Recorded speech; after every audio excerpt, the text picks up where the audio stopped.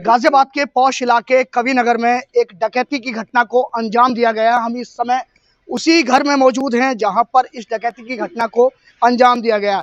Steel कारोबारी हैं, बड़े कारोबारी हैं, घर में काफ़ी पैसा था, काफ़ी ज्वेलरी थी, वो सब बदमाश लेकर यहां से फरार हो गए। इसके बाद बीजेपी विधायक नंदकिशोर गुर्जर पहुंचे हैं, पीड़ित परिवार से मिले हैं। नंदकिशोर जी, आपसे जानना चाहिए क्या बातचीत हुई, क्या वार्तालाप हुई, क्या कहेंगे आप इस घटना पर? देखिए, ये सरकार आपकी है। नहीं, सरकार हमारी है, इसीलिए तो हम आए हैं जी। और हमने भरोसा दिलाया कि निश्चित तौर पे कार्रवाई होगी। और हमारा ये उम्मीद है, हमें जिस तरह योगी जी का इकबाल है, केवल प्रदेश में नहीं बाहर भी और देश के बाहर भी, कि उनके एनकाउंटर होंगे, जिससे कि यहाँ मतलब सीपी के पड़ोसी के यहाँ डकैती हुई है, जो हम कभी देखते थे फिल्मों में, उस तरह का सीन यहाँ डकैती होना दिन दहाड़े शाम को, जो जब सब लोग यहाँ, कोई ऐसा नहीं था कि भाई लेट टाइम था, तो ये अपने आप में कहीं ना कहीं कानून व्यवस्था के लिए चुनौती है। और मुझे उम्मीद है इस चुनौती को स्वीकार करेंगे और 100% सभी के एनकाउंटर कायदे में होने चाहिए, जिससे कि यहाँ दहशत में इस तरह का अपराधी परिंदा पर ना मारे।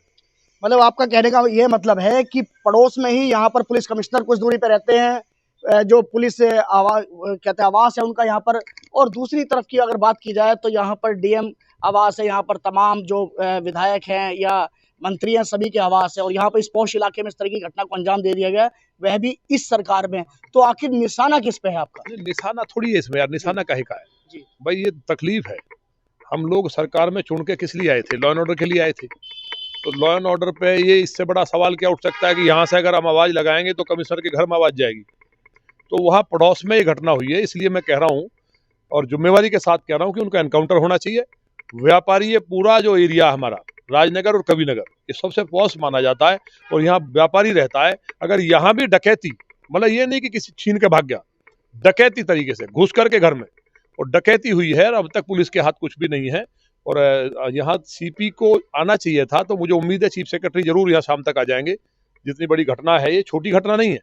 माने योगी जी के राज में ये योगी जी की छवि को खराब करने का जो अधिकारी षड्यंत्र रच रहे हैं, तो सुधर जाएं। यानी हम मुख्यमंत्री जी से बात करेंगे और लखनऊ जाएंगे कल ही, किसी कीमत पर चुप नहीं बैठेंगे। और मुझे उम्मीद है कि कहीं ना कहीं आज ये जो माल है वो भी बरामद होगा और वो अपराधी भी मारे जाएंगे। ये नहीं जी टांग में गोली मार दी और वो भाग रहे थे, फर्जी एनकाउंटर नहीं करेंगे, इनका एनकाउंटर होना चाहिए। बड़ी घटना है।